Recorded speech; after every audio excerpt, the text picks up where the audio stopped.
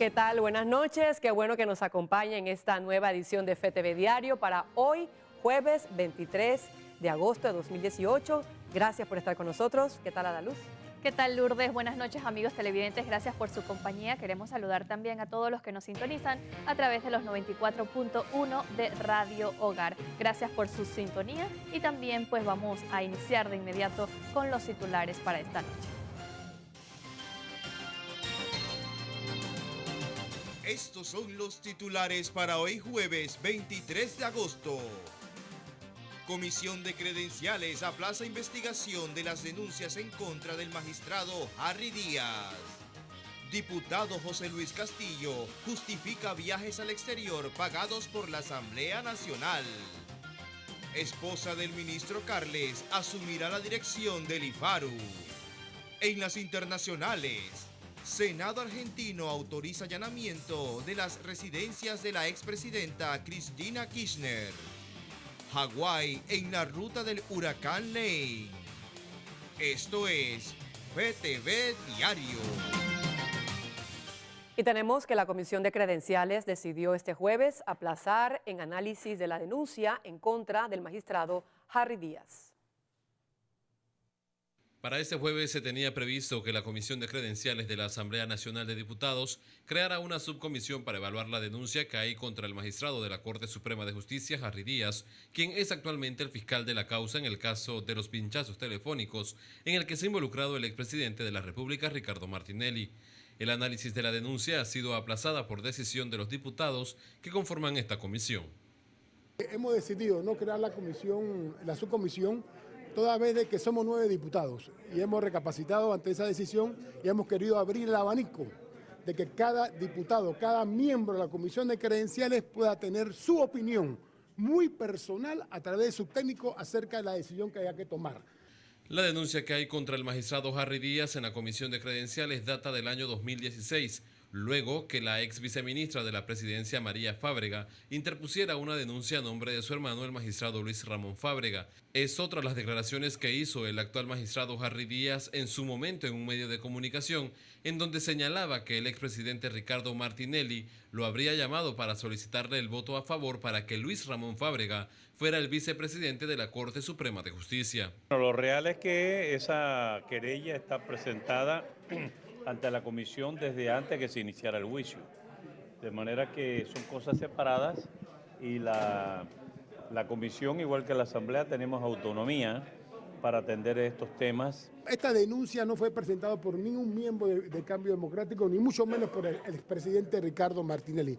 Según el diputado de Cambio Democrático y presidente de la Comisión de Credenciales, Sergio Gálvez, hay quienes quieren llevar el análisis de la denuncia contra Harry Díaz a un plano político y descartó que su relación con el expresidente tenga algo que ver con esta decisión. ¡Qué suspicacia, señores! Si aquí no está ni un Cambio Democrático metido en este tema. Ustedes quieren llevar esto a un lado político. Ustedes están locos. Déjense estar engañando a la gente con esta situación. Ustedes están llevando esto al campo político. Esto no tiene que ver con la política, señores. Olvidemos la política a un lado. Además, yo no estoy recogiendo firmas. Ahí salió el Álvaro también, que yo estaba recogiendo firmas. Oye, ¿qué pasa? Sean serios, hombre. En este sentido, Gálvez señaló que dejará la Comisión de Credenciales sin ninguna denuncia y destacó que hay actualmente una denuncia contra el presidente de la República, Juan Carlos Varela, y contra la vicepresidenta Isabel Saimalo de Alvarado. Señor, yo voy a limpiar esta comisión. Yo soy el presidente de esta comisión, señor. La ley me da la potestad a mí. Yo cogí este caso. Una vez lo cerremos o se admite o no, viene en otro caso. Hay alrededor de 14 denuncias. Inclusive al presidente de la República y la vicepresidenta de la República también tiene una denuncia. Todo, mire, cuando yo abandone este cargo, va a quedar en cero la comisión. Ese va a ser mi compromiso. Se ha establecido ya un acuerdo de que vamos a atender todos los casos que están en Secretaría de la Comisión. La Comisión de Credenciales deberá nombrar una subcomisión para que haga el análisis de esta denuncia contra el magistrado Harry Díaz, pero hasta ahora no se ha dicho cuándo se nombrará dicha comisión. Con cámara de Gary Acosta, Ramsés Betancourt, FTV Diario. Bien, el diputado José Luis Castillo justificó este jueves el gasto que ha hecho en viajes y que han sido pagados por la Asamblea Nacional. Yo no lo voy a negar porque eso es público. Ese viaje, uno de los que salieron ahí fue el 2015. Yo como secretario de la Comisión de Asuntos Agropecuarios asistimos a Wisconsin, Estados Unidos, a una feria mundial de leche. El informe reposa a los 2, 3 a la semana, ya eso estaba en secretaría, el informe nuestro, pues ahí están justificados, los informes están en secretaría y la verdad que pues por mi parte, las veces que yo he viajado, pues he viajado haciendo pues el trabajo que me encomienda el puesto como diputado, acá tanto en la Comisión de Salud como en la Comisión de Asuntos Agropecuarios. Bien, y cambiamos de asunto. Los fuertes aguaceros mantienen a los panameños a la expectativa, sobre todo aquellos que viven en zonas propensas a inundaciones. Los residentes de Santa Eduviges y Jorge Llueca, ambas barriadas del sector de Tocumen, se mantienen alarmados cada vez que llueve. Esta quebrada, que divide una barriada de otra, tiende a desbordarse y el agua entra hasta sus hogares. La gran cantidad de basura que mantiene esta quebrada es uno de los principales problemas. Me imagino que es por la conciencia de las personas que lanzan basura, todo eso y tapa las cañerías y se llena de agua y todo eso. Bueno, aquí sí se da mucho cuando llueve, si acaso 5 minutos de lluvia fuerte, ya las calles se comienzan a inundar y muchas casas que están debajo del nivel de la carretera, pues sí se inundan. Todas las casas se llenan de agua. ¿Tu casa se ha llenado de agua? Sí, se me llenó la vez pasada y el patio afuera, todo eso parece un río. ¿Y viene de esta quebrada? Ajá, la quebrada bota hacia afuera, hicieron esa pared allí, a veces cubre, a veces no, porque se vuela. La otra vez quedó allí, en esa casa de ahí. Porque le dan pereza tirarla en el tinaco, si no, no ven por eso. ¿Te preocupa cuando llueve? Sí, porque se inunda las casas y hace mucha basura por la zanja y eso. A pesar que en reiteradas ocasiones han solicitado ayuda de las autoridades, aún no tienen respuesta de un problema que data de mucho tiempo. Así como estas comunidades, son muchas las áreas que se inundan en la ciudad capital, que ponen a la expectativa a los panameños. Las inundaciones son el reflejo de un proceso que no se ha hecho en la ciudad y que ahora empieza a intervenirse por primera vez y empieza a quedar en evidencia todo lo que no se hizo. Entonces no se puede con una intervención, incluso que no se ha terminado, resolver el problema de inundación de la ciudad, donde ni siquiera existe un mapa de drenaje pluvial de la ciudad. Y no hemos visto cómo se han reducido los espacios del agua que pasaban de espacios amplios, de canales abiertas, a tubos debajo de edificios. Entonces la raíz de las inundaciones no son obras de intervención que se están haciendo ahora para mejorar, sino es lo que no se hizo hasta ahora. Para el arquitecto Jerónimo Espitía, esta es una problemática que involucra varios factores. El factor de que ya el sistema de la ciudad pues, colapsó porque no tiene la capacidad para desalojar los volúmenes de agua que está generando por los factores de que los factores que a veces la suciedad, que tiramos objetos al alcantarillado, el problema es que hemos perdido cobertura vegetal, el problema es que hemos perdido la cobertura de los bosques de galería y el hecho del cambio climático. Espitía agregó que hace falta una verdadera gestión y planificación entre las autoridades responsables. Y el problema es que no hemos puesto atención, o la autoridad no hemos puesto atención, por lo menos la autoridad del municipio, que en este momento es la que lleva la tarea de gestionar la ciudad de Panamá, y las autoridades conexas a él, al MOP.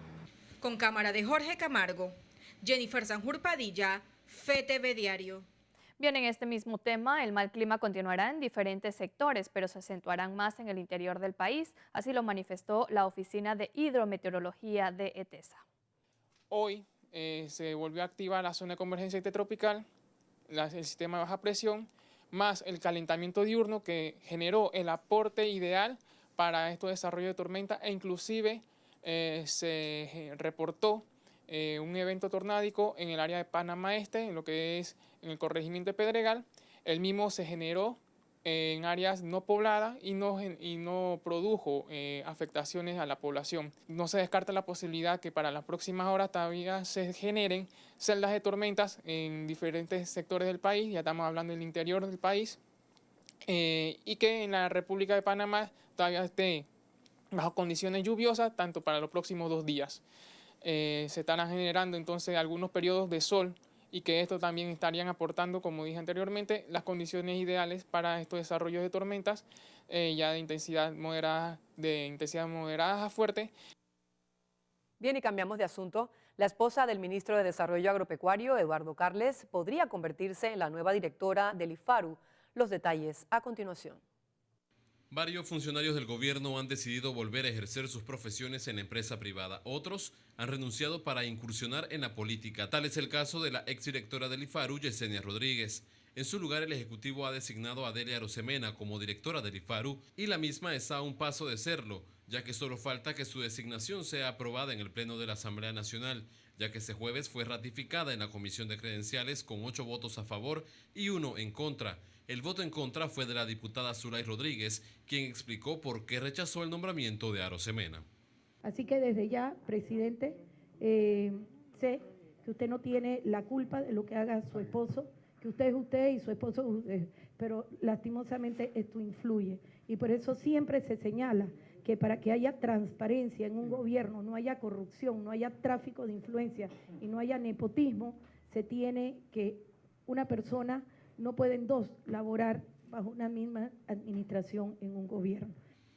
Delia Arosemena es la esposa del actual ministro de Desarrollo Agropecuario, Eduardo Carles. Además, Arosemena señaló que una hermana también trabaja en el gobierno, específicamente en la Lotería Nacional como subsecretaria general.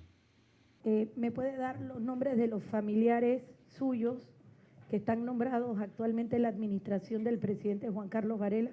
Mi hermana, Carolina Arosemena, es subsecretaria de la Lotería Nacional de Beneficencia y mi esposo, Eduardo Carles, que es el ministro del Ministerio de Desarrollo Agropecuario. A su salida de la sede de la Comisión de Credenciales, Arosemena dijo que una de sus primas es la esposa del actual diputado Adolfo Bebí Valderrama. Mi prima segunda está casada con el diputado Valderrama. Todos los diputados de la comisión estuvieron a favor, menos pues la diputada Zulay, que se le respeta su voto. No puedo votar por usted por el conflicto de interés que hay en este momento en detrimento de los productores nacionales. Durante la administración del presidente Juan Carlos Varela se han dado varios escándalos por el nombramiento de familiares de altos funcionarios en diferentes instituciones del Estado, lo cual es calificado como nepotismo.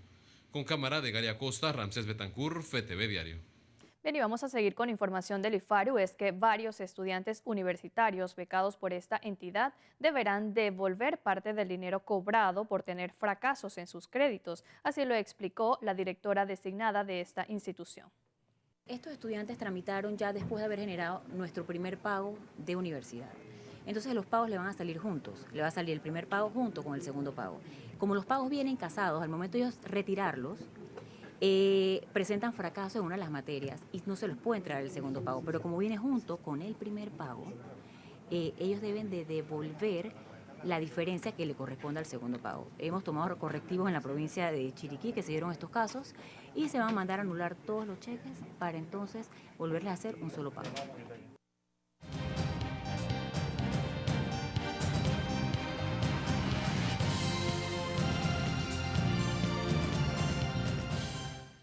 Bien, amigos de FTV Diario, y como dijimos al principio del noticiero, hoy se aplazó el análisis de la denuncia en contra del magistrado Harry Díaz, esto en la Comisión de Credenciales, y precisamente para eso ya nos acompaña el profesor Edwin Cabrera para hablarnos en su primer análisis sobre este tema. Profesor, bienvenido, buenas noches.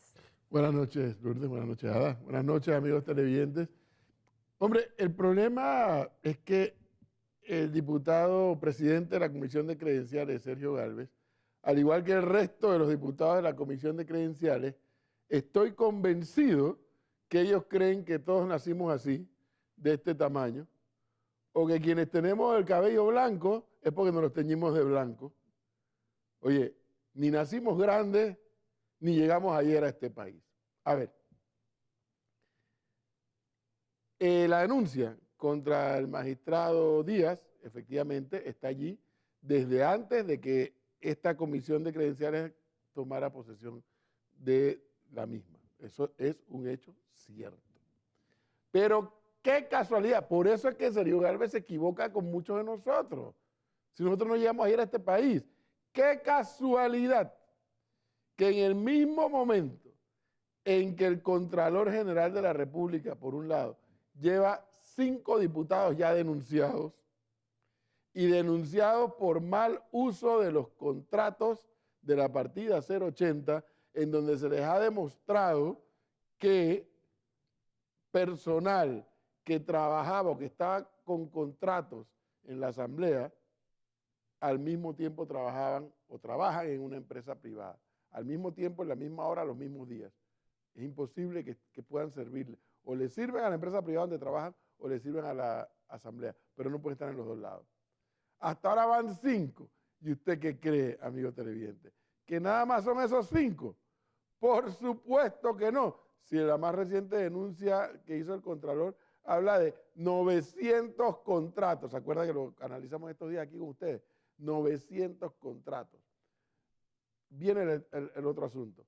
La Corte Suprema de Justicia, que se ha prestado para este jueguecito de que yo no te investigo y tú no me investigas, yo no te denuncio, tú no me denuncias, y yo no te sanciono y tú no me sancionas, quiero ver si ahora va a decir que le falta la prueba idónea, porque las pruebas están ahí entregadas. Los contratos de las personas, fulanito de tal, con cédula tal, que cobra tanto, y al mismo tiempo la información de que esa persona trabaja en una empresa privada, y al mismo tiempo de que por lo menos un diputado depositó en su cuenta a título personal los dineros producto del cambio o de haber hecho efectivo esos cheques. Allí no hay prueba idónea que haga falta, y me atrevo a decirlo sin ser abogado. Pero cuidado, que hay un eslabón de la misma cadena que hay que advertir. Lo otro que está pasando en la Corte Suprema de Justicia. ¿A quién le está buscando firma Sergio Gálvez para ser candidato a alcalde? Ni a usted ni a mí. Se la está buscando al innombrable, al que ahora por un papel manuscrito manda a decir que todo el que lo mencione lo va a demandar. Sí, al expresidente, a ese mismo. A eso le está buscando firmas Sergio Gálvez para ser candidato a alcalde, dice, y Sergio Gálvez para ser candidato a vicealcalde. Ah, pero el juicio tenía que continuar esta semana. Y resulta que uno de los abogados del innombrable expresidente pidió prórroga. Y al mismo tiempo, Sergio Gálvez dice que también va a postergar la reunión de la Comisión de Credenciales para conocer la denuncia del magistrado Harry Díaz. ¿Qué quieren que pensemos? Es que ellos piensan que nosotros somos idiotas. Seremos congos, sí, congos somos porque somos de Congolandia, pero idiotas y torpes no, eso no lo somos. Entonces, amigos televidentes, lo que voy a decir huelga porque aquí no va a pasar nada al final, ¿no? Pero en un país serio, la gente se estuviera organizando para exigir, por un lado a la Corte, que le dé trámite a ese juicio del expresidente innombrable. Y por el otro lado, presionando a la Asamblea para que en esa comisión de credenciales, bueno, como dice el señor Gálvez, que va a limpiar la comisión, bueno, pues que la limpie y que enfrente la situación de una vez por todas y que nos diga a los panameños qué es lo que pasa con ese caso o esa denuncia contra Harry Díaz, para darnos cuenta si esto es parte de un jueguecito por el juicio al expresidente innombrable y al mismo tiempo que es parte, como le acabo de decir, un eslabón de una misma cadena de las denuncias contra los diputados. Es más que evidente, por amor a Dios. Es más que evidente el jueguito. ¿Pero por qué se atreven a hacer eso? Porque nos toman de congos.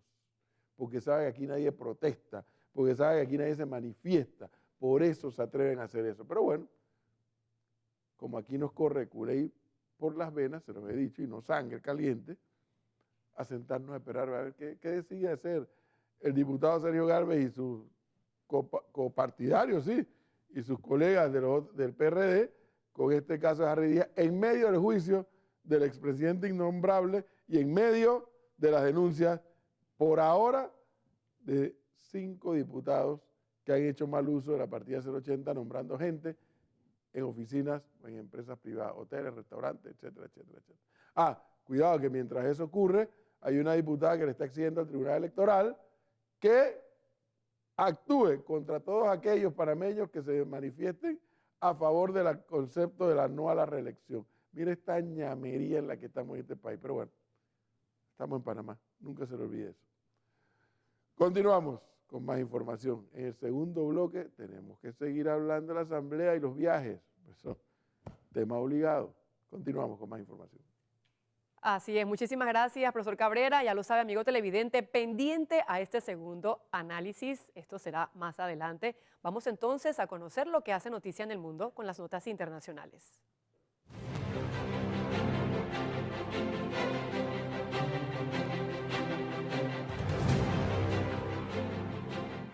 Tenemos que Estados Unidos y China implementaron nuevos aranceles en medio de las negociaciones que se llevan a cabo en Washington para intentar frenar la guerra comercial que enfrentan ambas naciones. Estados Unidos aplicó el jueves nuevos aranceles de 25% a productos de China por $16.000 millones. Esto generó represalias inmediatas de Pekín, que impuso tarifas recíprocas. Los chinos no provocan a otros sin una razón. Ellos nos provocaron, así que hagámosle pagar el precio. Creo que el gobierno está haciendo lo correcto al imponer las tarifas. Pelear en una guerra comercial no es algo que queramos. Esperamos una coexistencia pacífica, beneficio mutuo y reciprocidad, que es lo más importante.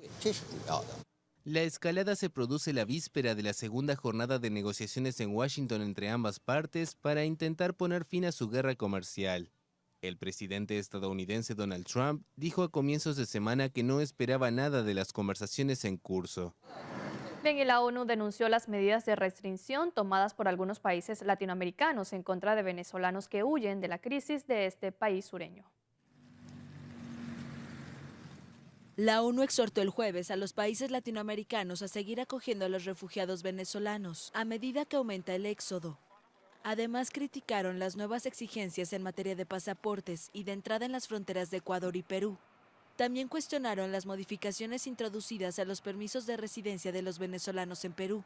El país andino ha recibido más de 400.000 venezolanos en los últimos 2 años, pero tras detectar ingresos con cédulas falsas comenzó a exigirles pasaporte. Colombia, que ha recibido más de 1 millón de venezolanos en los últimos 16 meses, denunció que las medidas de sus vecinos benefician la migración clandestina. Ecuador, un país de paso para quienes intentan llegar a Perú, Chile o Argentina, invitó por su parte a los ministros de Exteriores de 13 países latinoamericanos a una reunión el 17 y 18 de septiembre para debatir sobre el flujo de venezolanos. Según la Organización para las Migraciones y ACNUR, de los 2.300.000 venezolanos que viven en el extranjero, más de 1.600.000 han huido desde 2015, cuando comenzó la crisis. El 90% se ha quedado en la región. Bien, y nos vamos hasta Hawái, donde la población se prepara para recibir la furia del huracán Lane. El huracán Lane redujo su fuerza la madrugada del miércoles en su camino hacia las principales islas de Hawái. De acuerdo con el Servicio Meteorológico de Estados Unidos, el meteoro se mantuvo brevemente en categoría 5, la máxima posible, para después bajar a 4 con vientos máximos sostenidos de 250 kilómetros por hora. Se espera que su núcleo se mueva muy cerca o sobre las islas del jueves hasta el sábado, aunque no es posible predecir cuáles serán las más golpeadas debido a los dramáticos cambios en la trayectoria de la tormenta. A pesar de que las autoridades esperan que Lane se debilite en las próximas 48 horas, se firmó por adelantado una declaración de emergencia y se ordenó el cierre de escuelas públicas. Entre las medidas también fue desplegado un equipo de 150 efectivos, incluidos equipos de búsqueda y rescate, con raciones de agua y comida para los afectados. Una de las preocupaciones del Estado es la gestión de albergues, cuya capacidad es inferior a la población, advirtió la Agencia de Emergencias de Hawái. La Marina de Estados Unidos informó por su parte que moverá todos los barcos y submarinos del puerto de Pearl Harbor fuera de la trayectoria del huracán para evitar daños y poder ser usados en las labores de emergencia si fuera necesario. Los huracanes rara vez tocan tierra en Hawái. La última vez que ocurrió fue en 1992, dejando un saldo de 6 fallecidos.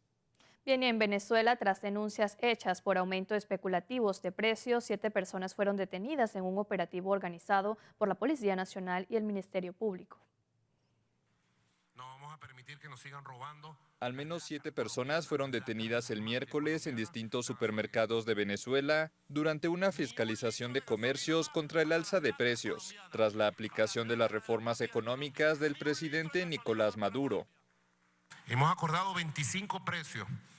En la cesta fundamental son los primeros precios, vamos al plan 50 y vamos más allá. Esos precios el pueblo tiene que hacerlos respetar. La clase obrera tiene que salir como fiscales a las calles a hacerlos respetar. Y ustedes me dicen, ¿quién viola los acuerdos para mandar el SEBIN y meterlo preso, compadre? Esta semana el gobierno puso en marcha un programa de reformas económicas que incluye la salida a circulación de nuevos billetes, que restan 5 ceros a la moneda en medio de una hiperinflación, un aumento del salario mínimo de más de 3.400%, así como la fijación de precios a una serie de bienes básicos. Pero expertos consideran que con esta medida las empresas sufrirán para surtir inventario. Cuando tú ves ciertas medidas, la puedes evaluar como algo positivo, pero cuando lo ves en contexto y cuando ves el espíritu y el ánimo del gobierno de implementarlas, te das cuenta que es un conjunto de medidas preocupante. O sea, que se puede llevar por delante a buena parte de las empresas que están operando. Venezuela atraviesa una aguda crisis económica con severa escasez de bienes básicos y una inflación que podría superar el 1.000.000% este año, según el Fondo Monetario Internacional. Y el Senado argentino autorizó allanamientos de las residencias de la expresidenta Cristina Kirchner, al tiempo que simpatizantes de la misma protestaron contra la medida.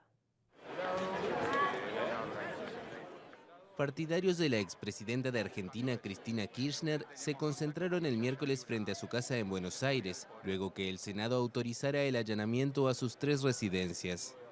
El pedido había sido solicitado por el juez Claudio Bonadío, en el marco de una causa judicial que indaga presuntos sobornos de importantes empresarios entre 2005 y 2015 para obtener contratos de obra pública.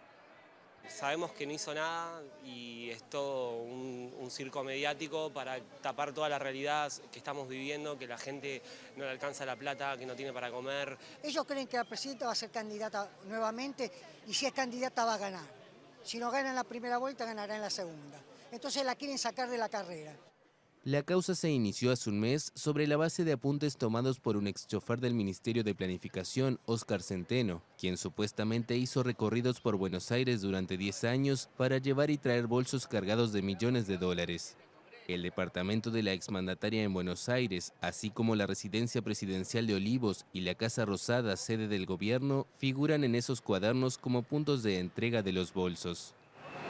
8:30 de la noche, hacemos una breve pausa. Al volver continuamos con más información aquí en FTV Diario. Así es, acompáñenos que al regresar tenemos información importante del Vaticano y también el enfoque pastoral con el padre Francisco Vera. Ya volvemos.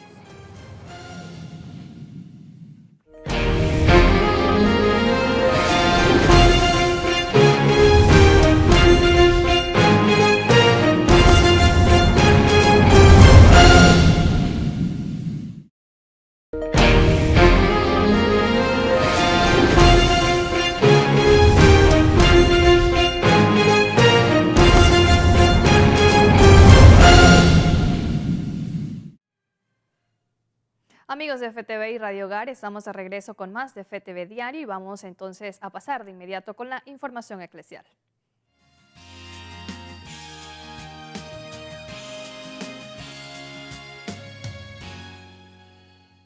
Y 150 legisladores católicos se reunieron con el Papa Francisco en un encuentro internacional que propone proyectos de ley coherentes con la visión cristiana. Veamos.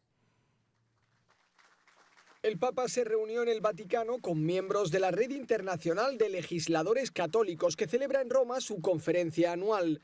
Se trataba de un grupo numeroso de parlamentarios de todo el mundo. El Papa les pidió que combatan 2 ideologías que amenazan la libertad religiosa y de conciencia, el relativismo secularista y el radicalismo religioso. El presidente de la red le mostró la imagen de la Sagrada Familia que guardarán por turnos los miembros de esta organización para que inspire su trabajo. La Red Internacional de Legisladores Católicos es una iniciativa independiente fundada en 2010 para ofrecer a cargos públicos formación y ayuda espiritual. En Dublín, Irlanda, el Encuentro Mundial de las Familias sigue siendo un tiempo de bendición para todas las familias que se han dado cita y están también a la espera de la visita del Papa Francisco. Exposiciones, talleres y conferencias que, a ejemplo de la Sagrada Familia de Nazaret, invitan a poner a Dios en el centro de las vidas. FETV quiere invitarles a que no se pierdan las transmisiones especiales que tendremos en directo desde el Encuentro Mundial de las Familias este sábado 25 y domingo 26 de agosto. Así es, el sábado iniciamos a las 8 de la mañana hasta las 2 de la tarde. Allí disfrutaremos de la visita a la Procatedral de Santa María, también el encuentro con las autoridades, la sociedad civil y cuerpo diplomático para culminar con la llamada Fiesta de las Familias. El domingo a las 9 de la mañana será la Santa Misa de Clausura del Encuentro Mundial de las Familias, presidida por el Santo Padre, y luego a las 11 de la mañana tendrá lugar el encuentro que sostendrá con los obispos. Ya lo sabe, usted puede disfrutar también del Encuentro Mundial de las Familias a través de las pantallas de FETV. Así es, no se pierda esta gran oportunidad de estar presente en vivo, ver esta transmisión. Vamos entonces a pasar a otro asunto y fíjese, ¿sabía usted que al igual que la Jornada Mundial de la Juventud, el Encuentro Mundial de las Familias fue una iniciativa del Papa Juan Pablo II? También fue el primer papa que visitó Irlanda. El próximo viaje de Francisco a Irlanda será el segundo realizado por un papa. Juan Pablo II visitó el país hace 39 años, en 1979, cuando fue recibido con gran entusiasmo. El documental Juan Pablo II en Irlanda, una llamada a la paz, explica los detalles y la influencia que tuvo ese viaje en el proceso de paz del norte del país. Ha sido dirigido por el ganador de un premio Emmy, David Nalieri, y narrado por el actor Jim Caviezel. Hablamos de algo que no ha sido contado. La gente no es consciente de lo que ese viaje significó para la paz. Quisimos dar a los protagonistas la oportunidad de contar su historia y de contar al mundo qué sintieron durante el discurso de Drogheda. Esta fue parte de la cruzada por la paz que llevó Juan Pablo II en sus 26 años de pontificado. Irlanda fue parte de ella. En el documental participan algunos de los protagonistas del momento, como Shane O'Doherty, exmiembro del IRA, o varios políticos de aquella época. Él hizo realidad los valores de paz y de reconciliación que hay en el Evangelio. Dio vida a un cuerpo que estaba completamente muerto. Su llamamiento por la paz afectó en la resolución del conflicto de Irlanda del Norte, y creo que su fuerte oposición a la violencia rompió cualquier enlace entre el catolicismo y las esferas del IRA. Juan Pablo II en Irlanda, una llamada a la paz, muestra la influencia que tuvo el Papa Wojtyła en las conversaciones para alcanzar la paz en Irlanda del Norte. Como hizo Juan Pablo II, el Papa viene a dejar una semilla que sembrará, que cosechará. Es otro punto sobre el que habrá que reflexionar tras la visita de Francisco a Irlanda. Francisco visitará una Irlanda completamente diferente a la de la época de Juan Pablo II, un país que recientemente ha aprobado el aborto y en donde la crisis de los abusos sexuales ha mermado la credibilidad en la Iglesia.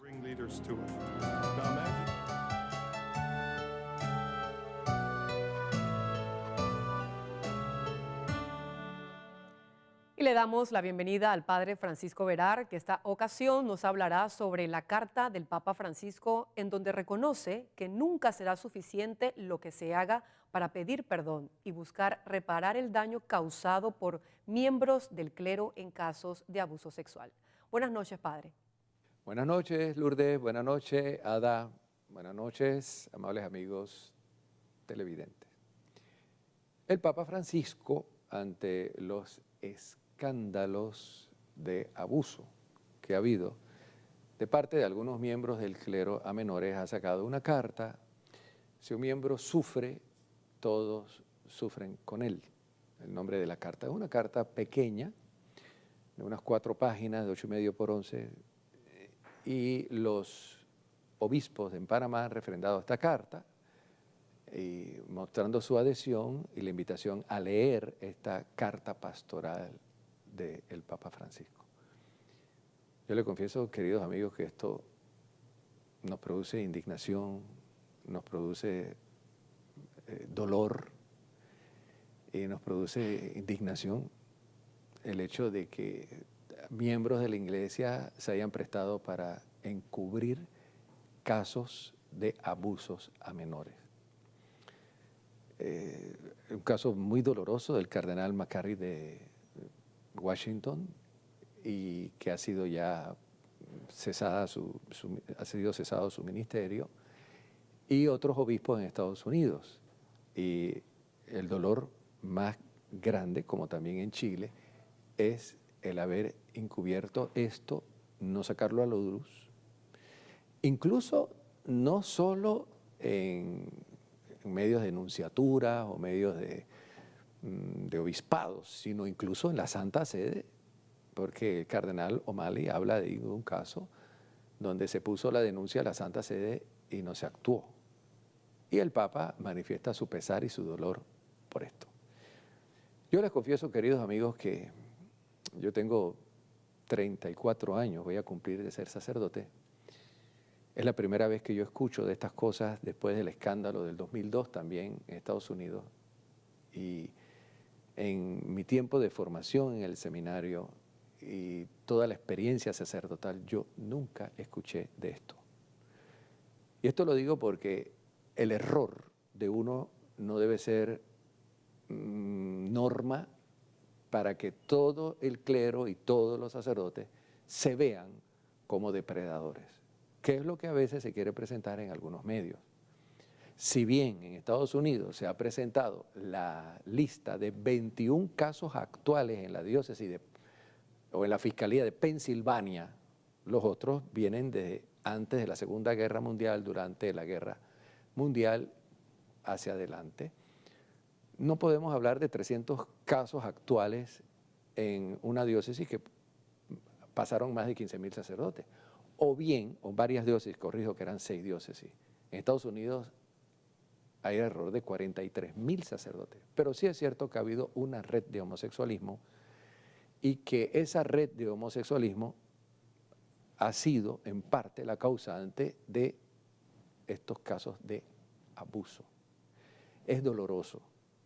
Ahora, da pesar también de que se publique los casos de sacerdotes, para mí, sin vocación, que se infiltraron en los seminarios y por escasez de sacerdotes se les llegó a ordenar, pero sí da pesar que no publiquen la lista de los colegios, de los profesores, de los policías y de otros estamentos donde la cifra es mayor. Recientemente salió una en Facebook, comprobado también, de una red de pastores y de rabinos. Bueno, esto también los fiscales lo deben sacar a la luz, pero no deja de ser un pecado gravísimo de la Iglesia el haber encubierto estos episodios y no tomar cartas sobre el asunto. Quiera Dios que esta carta del Papa Francisco abra los ojos y los oídos, primero que todo a los obispos, a los nuncios y al clero. O sea, estos casos no pueden volver a ocurrir, es algo muy doloroso. ¿Cómo se puede reparar ese daño que se le hace a un menor? Pero sí, según los sociólogos y según las estadísticas, ya no solo de Estados Unidos, sino mundiales, el mayor caso de abuso sexual que se da es en la familia, el 96%. El resto en otras circunstancias y en ambientes religiosos aproximadamente 1 o 2%. Hay que vigilar también lo que está pasando en la familia. Y nosotros como confesores sabemos la cantidad de abusos que hay en la familia, de tíos, de padrastros, de papás, de hermanos, y esa lista no sale, y no debe salir tampoco, ¿no? Pero los padres de familia, los adultos, tienen que estar viendo y protegiendo a sus hijos y a los menores. Y esto también en los colegios. Esto es una alarma para la humanidad, porque si personas que rezaban y habían estudiado teología cayeron en estos pecados tan graves, ¿qué no estará pasando en personas que no tienen absolutamente ninguna referencia religiosa en su vida? Es la realidad que vive el mundo de hoy, queridos amigos. Y bueno, oremos por esto y, como dice el Papa, también ayunemos por esta situación. Y será hasta la próxima. Adelante, que Dios los bendiga. Bien, agradecemos al padre Francisco Verar por el enfoque pastoral. Vamos entonces a continuar con más información aquí en FTV Diario. Y es que el Banco Nacional de Panamá pone a disposición de los panameños su billetera electrónica. Más detalles a continuación. La billetera electrónica es una aplicación que le permite guardar su dinero y realizar diversas transacciones como consultas de saldo y movimientos, envío y recepción de dineros entre clientes registrados con el servicio de billetera, compras en comercios autorizados, entre otros. La tecnología permite retirar dinero de los cajeros y va a ser, nuevamente vamos a crear, como se dice, un ecosistema financiero nuevo donde los comercios se van a convertir también en corresponsales no bancarios. ¿Qué quiere decir? Que esas personas pueden llegar a los comercios a realizar transacciones y no necesitan utilizar efectivo, simplemente mandando un mensaje al comercio, ellos pueden cobrar perfectamente la transacción. Entonces, incluso algunos de ellos pueden hasta entregar efectivo si así lo requiere la persona. O sea, en pocas palabras, vamos a convertir a todas las registradoras del país en cajeros automáticos. Pero este proyecto, cuyo costo es de $550,000, impactará primordialmente a los beneficiarios que forman parte de los diferentes programas que lleva el Ministerio de Desarrollo Social. Nosotros vamos, como lo dijo el señor gerente, vamos a incluir primero Cenapan, pues ellos tienen un bono, que es un bono alimentario. Ese bono, gracias también al Banco Nacional, antes lo cobraban a través de una libreta, ahora nosotros le emitimos con el Banco Nacional, especie de un cheque, de un pagaré que es cambiable en un comercio. Nosotros tenemos más de 300 comercios debidamente acreditados, especialmente en la comarca, Nove Bugle y otros lugares. Esto ha sido un logro de muchos años, desde que visionamos en un momento cuando se iniciaban a hacer los pagos de los programas sociales del gobierno que se hacían en efectivo. Migramos a la tarjeta clave social gracias a la ayuda del MIDES que tuvimos aquí también y que visionamos esa tecnología, y ahora estamos yendo a la que sería la última tecnología, que es de primer mundo, y definitivamente que pensamos que eso va a cambiar la vida de muchos panameños, no solamente a los panameños que están en áreas de difícil acceso, sino a todos los panameños en general. Posteriormente, los usuarios que ya poseen una cuenta bancaria con esta entidad financiera y aquellos que no cuenten con una, también podrán realizar sus transacciones mediante la billetera electrónica. Solo debe descargar la aplicación en su celular con sistema Android. La implementación del plan piloto se desarrollará en los corregimientos de Pacora, San Martín y Chilibre, durante el último pago de los bonos de ayuda alimentaria que lleva a cabo la Secretaría Nacional para el Plan de Seguridad Alimentaria y Nutricional, Cenapan. En las 3 comunidades se afiliarán y capacitarán a los negocios aliados a este plan. Jennifer Sanjur Padilla, FTV Diario.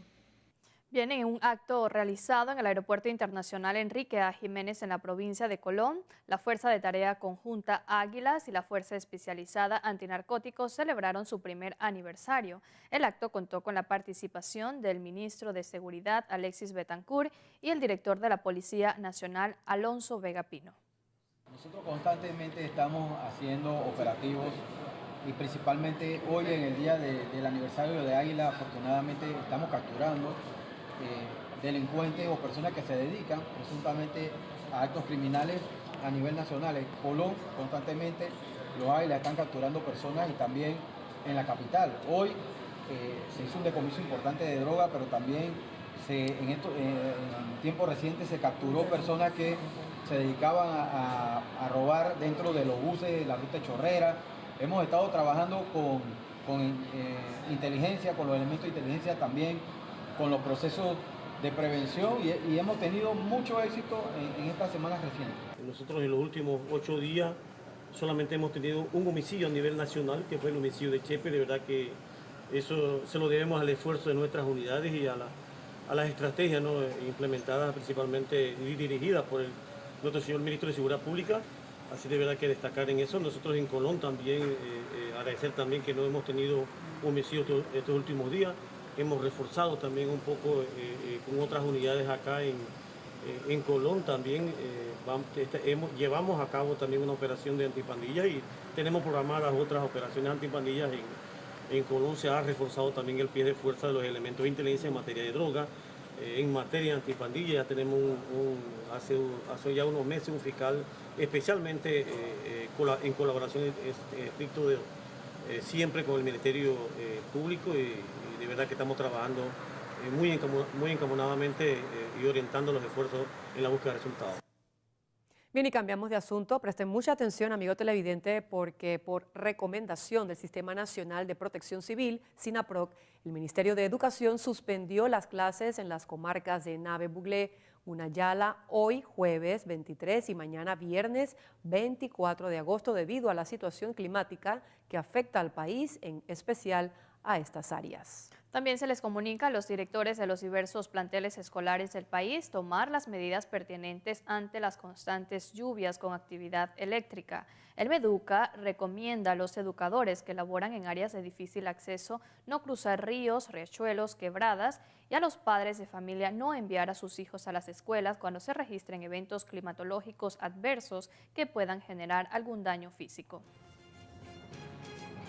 Bien, ya lo sabe, amigo televidente, cuídese, tome las precauciones del caso, que su vida vale oro. Así que bueno, ya lo saben. Vamos de esta manera a hacer una breve pausa. Usted siga con nosotros, que al regresar el profesor Edwin Cabrera con el segundo análisis de la noche. Así es, ya volvemos.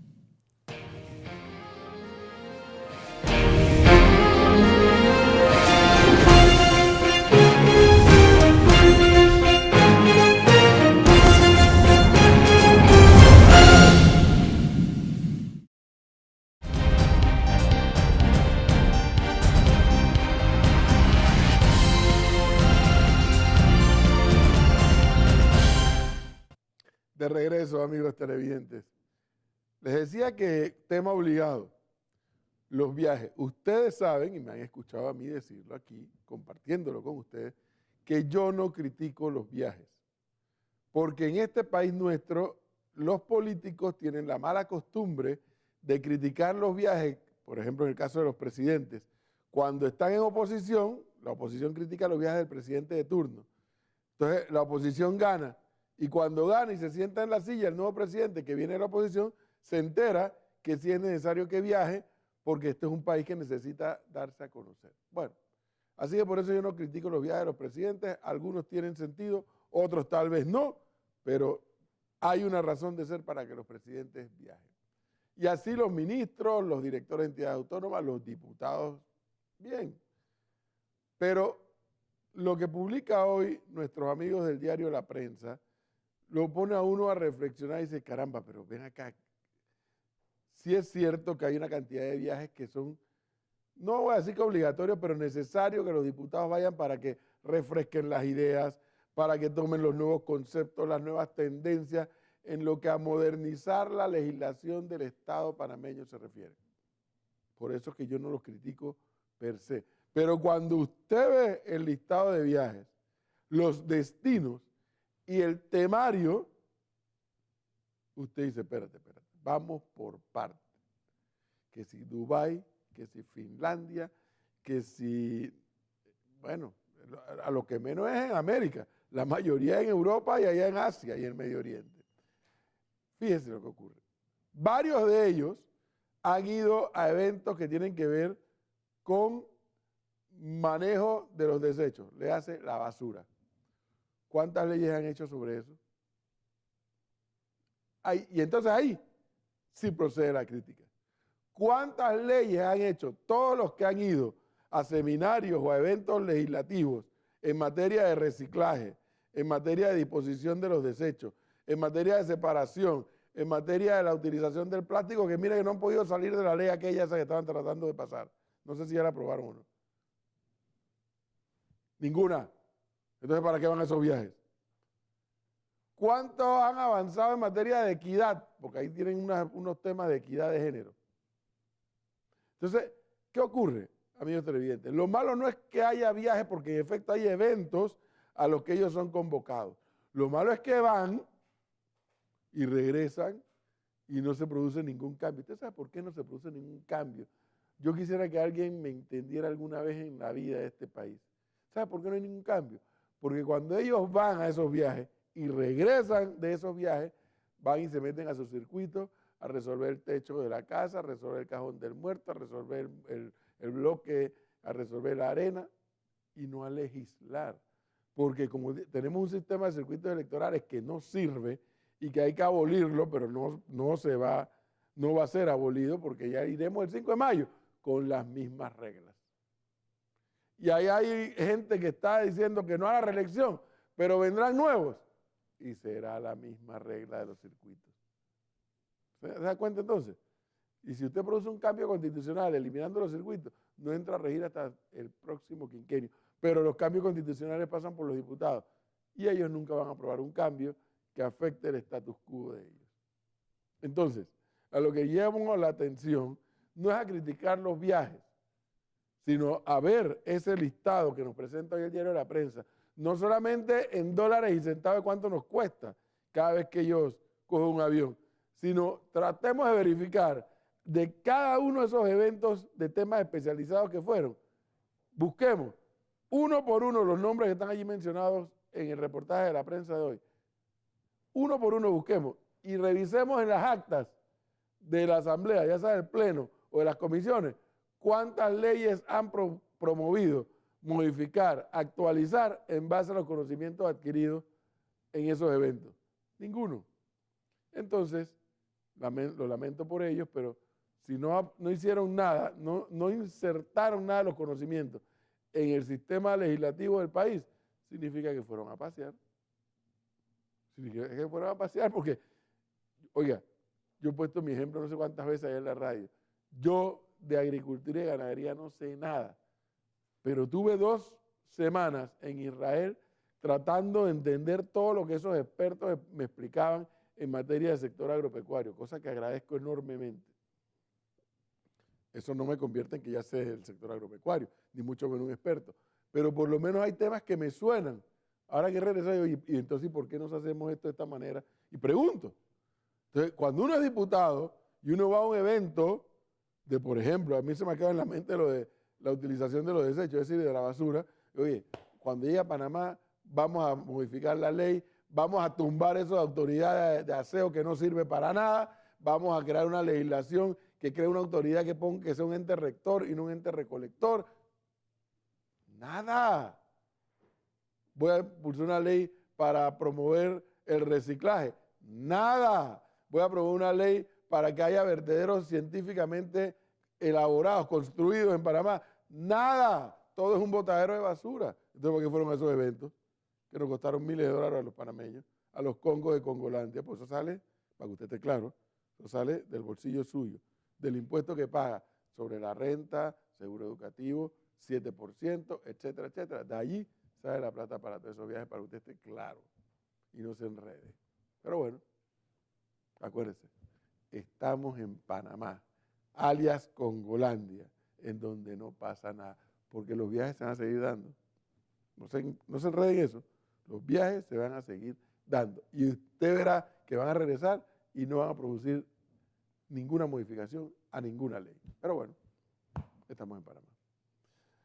Continuamos con los deportes.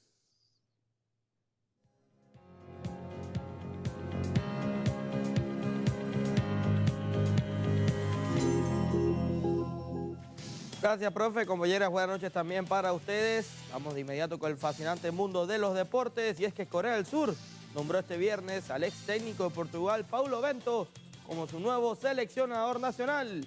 Bento tendrá la misión de lograr que la selección surcoreana se clasifique al Mundial de Qatar en el 2022. El técnico de 49 años reemplaza a Shin Tae-yong, a quien no se le renovó el contrato en julio después de que Corea del Sur quedó eliminada en la fase de grupos del Mundial en Rusia. Bento está disponible desde julio, cuando fue despedido por el club Chongqing Lifan de la Superliga de China. El primer partido de Bento con Corea del Sur será un amistoso en casa contra Costa Rica el próximo 7 de septiembre, así que un par de meses que terminó el Mundial y de inmediato inician los cambios a nivel internacional en cuanto al fútbol. De inmediato nos vamos para el béisbol de las Grandes Ligas, y es que en redes sociales se ha hecho viral el video donde destaca que el lanzamiento de honor previo a un partido fue realizado por Sormari Yosoviec. Sin duda algo que no se ve todos los días. Aquí vemos el lanzamiento donde la verdad tiró inclusive en la zona de strikes, ahí lo vemos nuevamente. La gran jugada realizada por la Monjita en este partido, en el lanzamiento de honor previo al partido de Grandes Ligas de los Chicago White Sox. Era algo curioso que está destacando a nivel de redes sociales. Cambiamos de tema, y es que los entrenamientos de la preselección de baloncesto de Panamá iniciaron esta semana en el domo de la universidad con algunas preocupaciones por parte del cuerpo técnico y por supuesto el director Manuel Lusain, que comenzó a preparar al quinteto nacional para los partidos clasificatorios al Mundial de China 2019 frente a Puerto Rico el 14 de septiembre y contra Estados Unidos el día 17 en la Arena Roberto Durán. Estamos viendo algunas imágenes de lo que fueron los entrenamientos que iniciaron el día de ayer. Vamos a repasar también, señor director, lo que va a ser el calendario de partidos de la eliminatoria completa de esta segunda ronda, luego de que Panamá clasificó la ronda anterior clasificando como tercero. Vamos a repasar lo que es el calendario de partidos. Como decíamos, Puerto Rico el 14 de septiembre, el 17 ante Estados Unidos, el 29 de noviembre ante México, 2 de diciembre recibimos en casa a Puerto Rico y terminamos el otro año en Estados Unidos el 22 de febrero y en casa, y visitando también a México el 25 de febrero el próximo año. Todo esto rumbo al Mundial de China en el 2019. Esperemos que tenga la mejor preparación, realizando doble turno a la selección de baloncesto en varios días de esta semana y por supuesto de la próxima en lo que va a ser esta eliminatoria, la fase final rumbo a China 2019. Vamos a terminar con el fútbol, y es que Universitario no pudo sacar un buen resultado de Heredia. Tras caer 3-0 ante el Club Sport Herediano en la ida de los cuartos de final de la Liga CONCACAF, el conjunto costarricense fue superior en la primera mitad, sobre el antiguo Chorrillo FC, llegando el primer gol sobre los 20 minutos, cuando Jimmy Marín remataba de gran forma un centro de Jairo Arrieta, cambiando la trayectoria del balón, siendo imposible para Vladimir el Cacho Vargas. Yendrick Ruiz, hermano de Brian Ruiz, anotó a los 78 minutos, marcó el segundo del cotejo para poner el 2-0. Luego fue un remate, remate desde afuera del área, se coló bien en el poste izquierdo del Cacho Vargas. El tercer gol llegó a través del propio Ruiz, como decíamos, hermano de Brian Ruiz, capitán de Costa Rica, quien fusiló a Vargas de un derechazo mano a mano con el cancerbero panameño. La vuelta será el próximo miércoles en Panamá. Este partido debería jugarse en el estadio Agustín Muquita Sánchez de La Chorrera, bastante complicado para el equipo del Universitario Antiguo Chorrillo. Esperemos que se le puedan mejorar este rendimiento, a ver si en el EPF pueden sacar puntos. Y bueno, si se da la remontada, lograrlo y bueno, continuar con su torneo Apertura de la LPF, donde no iniciaron muy bien, por ahí recuperaron con la segunda y tercera jornada. Ya estamos para la quinta este fin de semana que viene, pero bueno, no se le dieron las cosas en este partido de ida de los cuartos de final al Universitario.